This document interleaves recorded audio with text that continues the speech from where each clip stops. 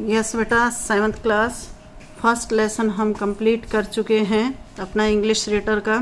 आज हम second lesson करेंगे। फर्स्ट लेसन तो पोएम था, तो उसकी तो हिंदी लिखनी आपके लिए मुश्किल थी। लेकिन बेटा, अगर आप सच में इंग्लिश को सीखना, समझना और हिंदी इंग्लिश दोनों इम्प्रूव करना चाहते हैं तो कोशिश करें, चाहे आप अपनी रफ कॉपी में लिखें क्योंकि थोड़ा थोड़ा पढ़ाया जाएगा। हिंदी और इंग्लिश दोनों लिखने की कोशिश करें, या हर एक वर्ड का आपको मीनिंग ज़रूर आना चाहिए। मैं एक एक वर्ड भी बता दूंगी, हिंदी भी बता दूंगी, आप अच्छे से करें बेटा। लेसन 2 है हेनरी ए कैमिलियन। हेनरी नाम है, एक गिरगिट। हेनरी क्या है? एक कैमिलियन क्या होता है? गिरगिट। तो जैसे मैं आपको बता रही हूँ कैमिलियन, तो आप साथ साथ में लिखें कैमिलियन गिरगिट।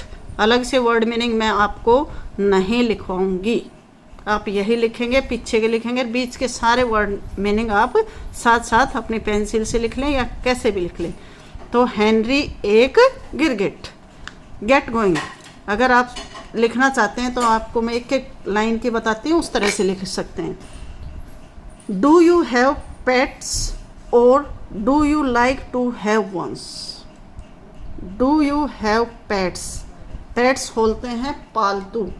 क्या आपके पास पालतू जानवर हैं? और do you like to have one, या तुम रखना चाहते हो? क्या आपके पास पालतू जानवर हैं? या डू यू लाइक, क्या तुम पसंद करते हो टू हैव वन, एक कोई भी पालतू जानवर रखना? तो आप इसको पहले इंग्लिश लिखें। अच्छी बात यह है कि साथ में हिंदी भी लिख लें, लेकिन लेसन से शुरू कर दें, इसको तो रहने देना। Which animal do you like to choose as your pet? Which animal, which माने कौन सा, which animal do you like, आप कौन से एनिमल को पसंद करते हो टू चूज, चुनना, एज योर पेट, अपना पालतू। अपना पालतू आप किस जानवर को पसंद करते हो, चुनते हो? Let us read the lesson, आओ लेसन को पढ़े। टू नो, जाने how the author choose an unusual pet, कि ऑथर ने, जो हमारा ऑथर है, इसका ऑथर कौन है यहाँ पर लिखा होता है बेटा ऑथर के बारे में, रस्किन बॉन्ड। कौन है? Ruskin bond. हमारे जो ऑथर हैं रस्किन बॉन्ड ने चूज एन अनयूजुअल पेट, एक असाधारण से पालतू को चुना। And what were it's unique attributes, और उसकी विशेषताएं, अलग से विशेषताएं क्या थी, उसने क्यों चुना, उसने क्यों ऐसा सोचा, तो इसके बारे में हम पढ़ेंगे। तो पहला वर्ड मीनिंग आता है हमारा कैमलिन, गिरगिट। This is the story of Henry, this is the story of Henry our pet chameleon. हमारे एक पेट माने पालतू, कैमेलियन माने गिलहरी। यह देखिए, आप इतनी इंग्लिश लिखेंगे, this is the story of Henry comma और पेट कैमेलियन। यह हमारे पालतू गिरगिट हेनरी की कहानी है। क्या है? यह आवर माने हमारे, पेट माने पालतू, कैमेलियन माने गिलहरी की, स्टोरी माने कहानी, इज माने है। यह हमारे पालतू गिरगिट गिलहरी की कहानी है। अगर बेटा आप हिंदी को अच्छे से समझ लेंगे, एक एक वर्ड मीनिंग याद कर लेंगे, तो किसी चीज़ में प्रॉब्लम आगे भी नहीं आएगी आपको। Chameleons are in a class by themselves and are no ordinary reptiles. अब मीनिंग देखेंगे पहले। कैमेलियंस हो गया गिलहरी, are in a class by themself, themself माने अपने आप में, अपने आप में ही गिलहरी की एक अलग क्या है? वर्ग है, अलग से क्लास, यहाँ पर वर्ग आएगा। आपका भी वैसे क्लास वर्ग ही होता है, पहला वर्ग दूसरा वर्ग।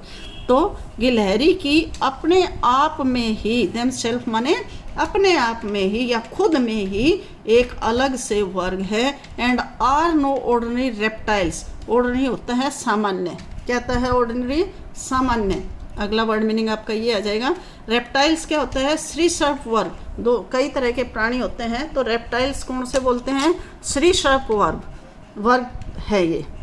नो ऑर्डिनरी रेप्टाइल, यह कोई सामान्य सरीसृप नहीं है। तो इसकी हिंदी क्या लिखेंगे? गिरगिट खुद में ही, अपने आप में ही एक अलग वर्ग है और कोई सामान्य सरीसृप वर्ग नहीं है। They are easily distinguished from their nearest relatives. They माने वे, कौन? गिरगिट। दे आर इजीली, इजी माने आसान, इजीली माने आसानी से, ब्रेव माने बहादुर, ब्रेवली माने बहादुरी से, ये एक एडवर्ब वो लग जाता है आपका। They are easily distinguish, distinguish क्या होता है? अलग कर देना, मतलब एक तरह से। दे आर इजीली डिस्टिंग्विश, इन्हें आसानी से ही क्या किया जाता है? फ्रॉम देयर नियरेस्ट रिलेटिव्स, अपने नज़दीक के क्या रिलेटिव्स क्या होते हैं? रिश्तेदार। वे आसानी से अपने नज़दीकी रिश्तेदारों, जैसे उसके नज़दीक के रिश्तेदार कौन से हो गए? लिजार्ड। लिजार्ड किसको बोलते हैं? छिपकली को। बाय सर्टेन आउटस्टैंडिंग, कुछ सर्टेन माने विशेष, और आउटस्टैंडिंग माने विशेषताओं से, विशेष विशेषताओं से, डिस्टिंग्विश माने प्रतिष्ठित हैं। ये क्या है? अपने। दे आर इजीली डिस्टिंग्विश, आपका डिस्टिंग्विश यहाँ भी दिया हुआ है, पीछे भी, इसमें भी दिया हुआ है, प्रोमिनेंट और noticeable. They are easily distinguish from their nearest, इनको अलग किया जा सकता है आसानी से, या ये अलग ही अपनी पहचान रखते हैं, किसमें? अपने नज़दीक के रिश्तेदारों में। जैसे इनके रिश्तेदार कौन से हैं? छिपकली हैं। बाय सर्टेन आउटस्टैंडिंग फीचर्स, अपनी कुछ सर्टेन विशेष, आउटस्टैंडिंग माने विशेषताओं के कारण, फीचर्स गुणों के कारण। आउटस्टैंडिंग फीचर्स होता है विशेष योग्यताओं के कारण या विशेषताओं के कारण, अलग से अपनी विशेषताओं के कारण इनको अलग किया जा सकता है। A chameleon tongue is as long as its body, एक कैमिलियंस टंग, एक गिलहरी की जीभ होती है, इज एज लॉन्ग, इतनी लंबी होती है, एज इट्स बॉडी, जितना कि उसका शरीर। तो कैमिलियन की जीभ उसके शरीर के, या गिरगिट की जीभ उसके शरीर जितनी लंबी होती है। Its limbs are long, limbs क्या होते हैं? अंग। इट्स लिम्स, लिम्स माने अंग, आर लॉन्ग, लंबे होते हैं, एंड स्लेंडर, स्लेंडर क्या होता है? पतले। क्या होते हैं? उसके अंग लंबे और पतले होते हैं। And it's fingers and toes resemble A parrots clause, and it's fingers, और उसकी जो उंगलियां हैं, एंड टोज, और पैर की उंगलियां, ए पैरेट्स क्लॉज, एक तोते के क्लॉज माने पंजा, क्या होते हैं? रिजेंबल माने बराबर या उस जैसी, रिजेंबलेंस माने समानता, बराबरी। तो क्या कह रहे हैं कि इट्स लिम्स, उसके अंग, आर लॉन्ग, लंबे हैं, एंड स्लेंडर, और पतले हैं, एंड इट्स फिंगर्स, उसके हाथ की उंगलियां, एंड टोज, और पैर की उंगलियां, रिजेंबल, एक समान होते हैं, मतलब जैसी लगती हैं, ए पैरेट्स क्लो, एक तोते के पंजे की तरह। तो क्या होते हैं? उसके अंग लंबे और पतले होते हैं, उसकी उंगलियां और पैर की उंगलियां एक तोते के पंजे की तरह से होती हैं। On its head may be any of several ornaments, और क्या कहते हैं? ऑन इट्स हेड, और इसके सिर पर, head any of several, several माने बहुत सारे, ऑर्नामेंट होते हैं आभूषण। क्या किसको बोलते हैं? ऑर्नामेंट क्या होते हैं? आभूषण, गहने। और इन इट्स हैंड, और इसके सिर पर कई आभूषण हो सकते हैं, मे भी माने हो सकते हैं। Henry had a rigid crest, Henry has a rigid crest that looks like a fireman's helmet. Henry के हैड ए रिजिड, रिजिड माने कठोर, क्रेस्ट माने शिखा जैसी होती है, जैसे एक हेनरी एक कठोर शिखा थी। Henry had a rigid crest, एक कठोर शिखा सी रखती है, जो किस तरह से लगती है? That looks like a fireman's helmet, जो कि एक फायरमैन के हेलमेट की तरह दिखाई देती है। तो क्या कहा कि जो गिरगिट है, वो गिरगिट में या हेनरी में एक कठोर शिखा सी थी, एक कठोर टहनी की तरह से जैसे लगता है, वो इस तरह से दिखती है जैसे कि एक फायरमैन का हेलमेट हो। हेनरीज आइज वर, ये पैराग्राफ पूरा सबको समझ आ गया होगा। इसमें जितने भी वर्ड मीनिंग है, क्या क्या है वर्ड मीनिंग? जैसे पहला आपका हो गया कैमिलियंस, और दूसरा हो गया ordinary, reptiles, distinguished, relatives, lizard, features, और उसके बाद limbs, slender, resemble, claws, ornaments, rigid, crest, fireman's. ये वर्ड मीनिंग है इसके आपके। आप सब बच्चे इनको छांट करके अपने लिख लेंगे। Henrys eyes were his most remarkable feature. Henrys eyes, ये जो एपोस्ट्रोफी एस लगता है बेटा, जो ऊपर होता है, इसको बोलते हैं apostrophe S. Henrys eyes were, Henry की आंखें, वर हिज मोस्ट रिमार्केबल फीचर, उसके लिए उसके रिमार्केबल माने उल्लेखनीय, सबसे अलग, रिमार्केबल वैसे, मोस्ट रिमार्केबल माने सबसे उल्लेखनीय, फीचर्स माने विशेषता, उसकी आंखें, हेनरी की आंखें उनकी सबसे उल्लेखनीय विशेषता थी। दे वर नॉट ब्यूटीफुल, वो सुंदर नहीं थे। दे वर नॉट ब्यूटीफुल, वो सुंदर नहीं थे। But his left I was quite independent of his right, but लेकिन हिज लेफ्ट आई, उसकी जो, उनकी जो बाई आंख थी, वॉज क्वाइट, क्वाइट माने बिल्कुल, क्या है, बिल्कुल, इंडिपेंडेंट माने स्वतंत्र, इंडिपेंडेंट माने स्वतंत्र, ऑफ हिज राइट, उनके बाईं आंख उनके अधिकार से काफ़ी स्वतंत्र थी। देखिए फिर से, दे वर नॉट ब्यूटीफुल, वो सुंदर नहीं थे, लेकिन but his left eyes was quite independent of his right. Right माने वैसे अधिकार होता है, और इंडिपेंडेंट माने स्वतंत्र, क्वाइट माने बिल्कुल अलग से, क्वाइट, 2-3 क्वाइट होते हैं बेटे। तो ये क्या कह रहे हैं कि वे अधिक सुंदर नहीं थे, लेकिन उनकी बाईं आंख उनके अधिकार से काफ़ी स्वतंत्र थी। He could move one eyed without disturbing, he could move, वह एक आंख को, विदाउट, ही कुड मूव, वह मूव कर सकता था, one eye without disturbing the other eye, दूसरी आंख को परेशान किए बिना, या दूसरी आंख को हिलाए बिना दूसरे को परेशान कर सकता था। He could move one eyed, वह एक आंख को हिलाए बिना दूसरे को परेशान कर सकता था। डिस्टर्ब माने परेशान करना, विदाउट माने बिना, मूव माने हिलाना।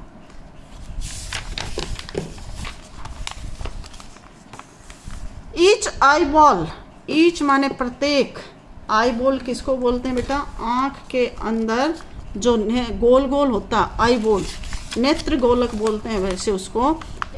Each eye ball bulging out of his head, हर एक, मतलब जो आई बॉल है, नेत्र गोलक है, उसके सिर से उभार, bulging out of his head, उसके सिर से वह उभार के रूप में दिखता है, मतलब बाहर ऐसे लगता है जैसे आँख से बाहर है।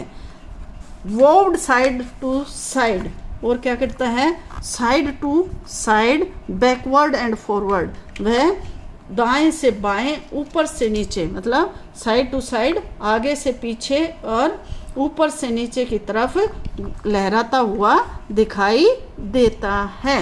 आप एक बार गिलहरी की आंख देखेंगे तो वैसी ही लगती है, जैसे कि ये देखिए, ये इसका आई बॉल है, तो ये क्या दिखता है, ऊपर नीचे आगे पीछे घूमता हुआ ऐसे दिखाई देता है, जबकि आदमी का और बाकियों का ऐसा नहीं होता।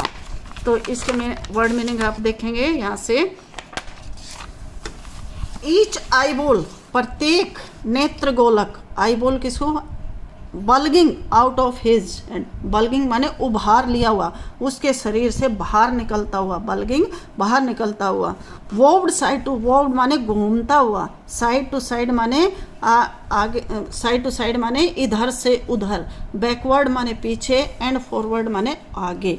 तो ये इसके वर्ड मीनिंग है, आगे पीछे और दाएं बाएं जैसे ये घूमता हुआ दिखाई देता है। This Frenzied's moment gave Henry a horrible squint. This frenzied moment, frenzied क्या होता है?